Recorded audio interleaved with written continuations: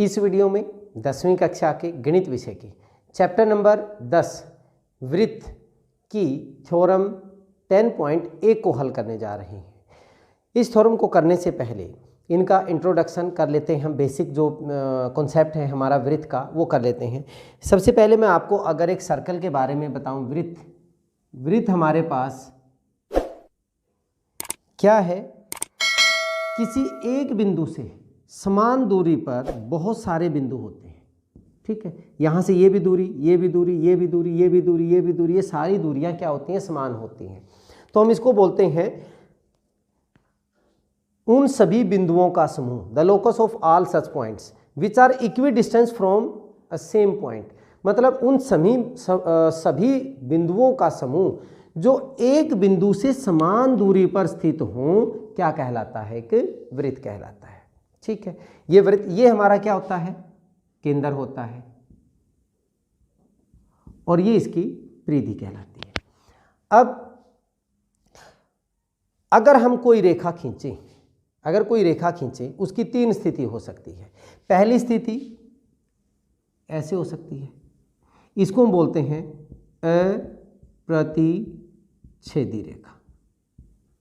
अप्रतिच्छेदी रेखा, क्योंकि इसको प्रतिच्छेद नहीं कर रही है। अगर ऐसे हो सकता है, ये हो गया हमारे पास प्रतिच्छेदी रेखा, छेदक रेखा भी कह सकते हैं इसको, छेदक रेखा दो पॉइंटों पे काटेगी। ठीक है, दो पॉइंटों पे काट रही है। और अगर ये इसको टच करती हुई जा रही है, इसको हम बोलते हैं स्पर्श रेखा। देखिए, जो ये स्पर्श रेखा है ये भी एक प्रतिच्छेदी रेखा है या छेदक रेखा है, लेकिन ये कब, जिसमें जो ये दो पॉइंट हैं, जब दोनों पॉइंट एक ही हो जाएं, मतलब संपाती हो जाएं, ये इसका एक विशेष रूप है। स्पर्श रेखा प्रतिच्छेदी रेखा का एक स्पर्श रूप है। प्रतिच्छेदी रेखा किसी वृत्त को दो बिंदुओं में काटती है। जब ये दोनों बिंदु सिमट के एक ही पॉइंट हो जाएं, मतलब संपाती हो जाएं, तब हमारे पास ये क्या होता है, स्पर्श रेखा होता है। ठीक है, ये हमें नॉलेज हो गई। अब इसके बाद मैं आपको बता दूं कि जो स्पर्श रेखा है वो किसी वृत्त को केवल एक बिंदु पर ही स्पर्श करती है, किसी एक बिंदु पर ही।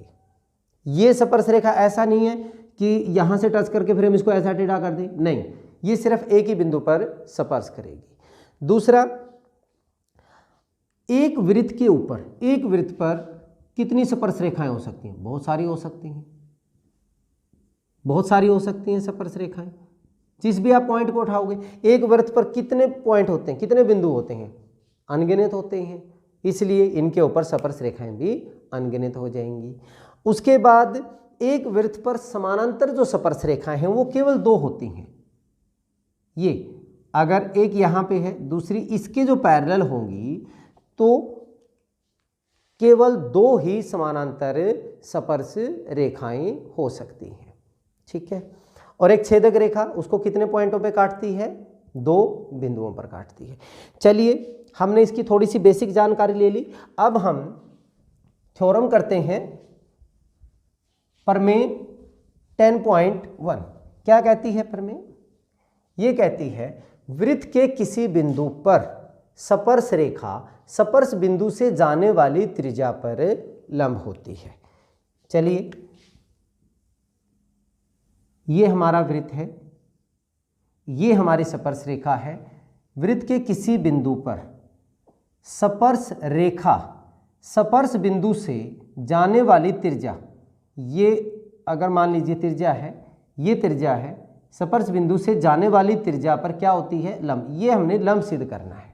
ठीक है, मान लेते हैं ये O, ये ए बी मेरी स्पर्श रेखा है और इसके ऊपर P पॉइंट मैं ले लेता हूँ। ठीक है, सॉल्यूशन, हल जो इसमें है, माना ए बी वृत्त COR, O इसका केंद्र और R इसका रेडियस, हम जो लेते हैं त्रिज्या लेते हैं, COR पर स्पर्श रेखा है। ठीक है, माना AB वर्ग COR पर स्पर्श रेखा है, ये हमें दिया है। हमें क्या करना है, सिद्ध करना है कि जो OP है वो AB पर, OP AB पर क्या है, लंब है, समकोण है, 90 डिग्री के कोण पर है। उपपत्ति, मैंने P के अलावा AB पर कोई पॉइंट ले लिया Q,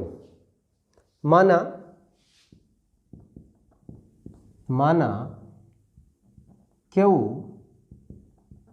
AB रेखा पर P के अलावा अन्य बिंदु है। अब क्या होगा, हमारे पास जो Q है वो इससे बाहर होगा, वृत्त से बाहर होगा। Q वृत्त से बाहर स्थित है, क्योंकि स्पर्श पे तो हमारे पास क्या है, सिर्फ एक ही पॉइंट होता है, इसलिए वो जो Q होगा वो वृत्त से क्या होगा, बाहर होगा। अगर ये वृत्त से बाहर नहीं हो, वृत्त के अंदर हो, तो ये हमारे पास स्पर्श रेखा नहीं रहेगी, अन्यथा ये हमारे पास क्या हो जाएगी, एक छेदक रेखा हो जाएगी। क्यों वृत्त से बाहर स्थित है, क्योंकि अन्यथा यह एक छेदक रेखा होगी। समझ रहे हैं, अगर इसको अंदर ले लिया तो ये हमारे पास, इसको आगे बढ़ाएंगे, अगर क्यों मैं यहाँ पे ले लूँ अंदर, तो ये हमारे पास क्या हो जाएगी, एक छेदक रेखा हो जाएगी। ठीक है, इसका मतलब हमारे पास, अगर मैं इसको मिलाता हूँ, इसलिए OQ जो है OP से क्या होगी, बड़ी होगी। OQ जो है OP से क्या होगी, बड़ी। बाहर कोई भी पॉइंट होगा, नेचुरली है, यहाँ पे हमारे पास ये वैल्यू छोटी होगी OQ से, OQ ग्रेटर देन OP। यह P के अलावा अन्य सभी बिंदुओं के लिए होगा। P को छोड़ के, P क्योंकि स्पर्श है यहाँ पे, इसके अलावा यहाँ पे भी कोई पॉइंट लेते हैं आप, जहाँ पे भी कोई भी पॉइंट लेंगे वो वृत्त से बाहर होगा और वो सारी वैल्यू इससे क्या होंगी, बाहर होंगी। अगर बाहर होंगी तो इसका मतलब जो भी वैल्यू आएगी OQ, यहाँ OM लोगे, OM भी OP से बड़ा होगा, तो OP इनमें सब में क्या होगी, इसलिए OP सबसे क्या है,